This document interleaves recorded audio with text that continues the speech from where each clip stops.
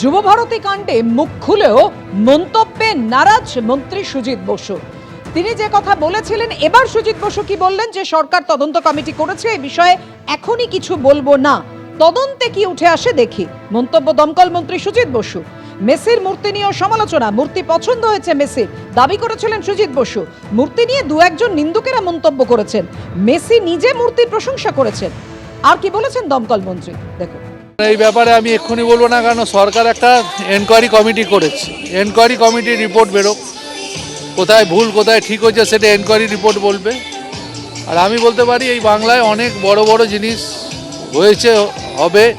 আমাদের সরকারের আমলেও অনেক বড় বড় ইভেন্ট হয়েছে। আর মেসির সফর যেটা হয়েছিল, সেখানে যেটা স্টেডিয়ামে প্রবলেম হয়েছে সেটা নিয়ে তো দেখা হচ্ছে, মুখ্যমন্ত্রী কমিটি করে দিয়েছে, ওই নিয়ে কিছু বলবো না। স্ট্যাচুটা ওনার ভালো লেগেছে, উনি প্রশংসা করেছে। প্রশ্ন কেউ করেনি, দু একজন নিন্দুকে সবসময় করে, কিন্তু মেসি নিজে ওটা প্রশংসা করে 1-2 নম্বরে ওই ছবিটা রেখেছে।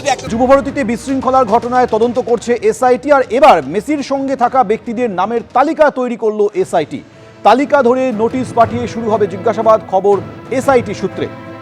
ইতিমধ্যেই অন্যতম আয়োজক প্রধান উদ্যোক্তা শতরুদ্র দত্তকে গ্রেপ্তার করে একাধিক চাঞ্চল্যকর তথ্য পাওয়া গেছে। আর এবার মেসির সঙ্গে যারা ছিলেন সেই ব্যক্তিদের নামের তালিকা তৈরি করে নোটিশ পাঠানোর কাজ শুরু হচ্ছে। বিস্তারিত বলবেন ময়ূক ঠাকুর চক্রবর্তী রয়েছে। ময়ূক, দেখো, স্পেশাল ইনভেস্টিগেশন টিমের অফিসাররা গত পরশুদিন শতদ্রু দত্তকে দীর্ঘ সময় জিজ্ঞাসাবাদ করেন এবং সেখান থেকে শতদ্রু যেটা এসআইটির গোয়েন্দাদের কাছে দাবি করেন যে 150টা তার কাছে মাঠের পাস ছিল, যেখানে ফিল্ড অ্যাক্সেস ছিল, কিন্তু সেটা একজন প্রভাবশালীর ওভারপাওয়ার করার কারণে সেটা প্রায় 3 গুণ বেড়ে গেছিল এবং সেটা বিশৃঙ্খলা হওয়ার অন্যতম কারণ হিসেবেও তিনি এসআইটির কাছে দাবি করেন।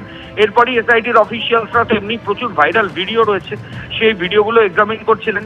সঙ্গে শতদ্রু থেকে কাদের কাছে গ্রাউন্ড অ্যাক্সেস ছিল তাদের একটা নামের তালিকা নিয়েছেন।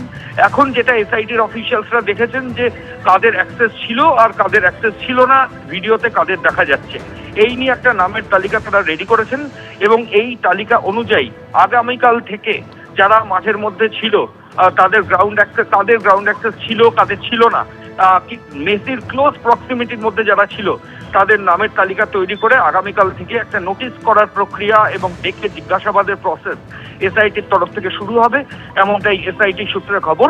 এবং এদের প্রত্যেককে জিজ্ঞাসাবাদ করা হবে যে আপনার গ্রাউন্ড অ্যাক্সেস ছিল, তাহলে আপনি কোন জায়গায় অ্যাসাইন ছিলেন, তারপর কেন ওখানে গেলেন, এই সমস্ত প্রশ্নের সম্মুখীন তারা হবেন, এমনটাই এসআইটি সূত্রে খবর।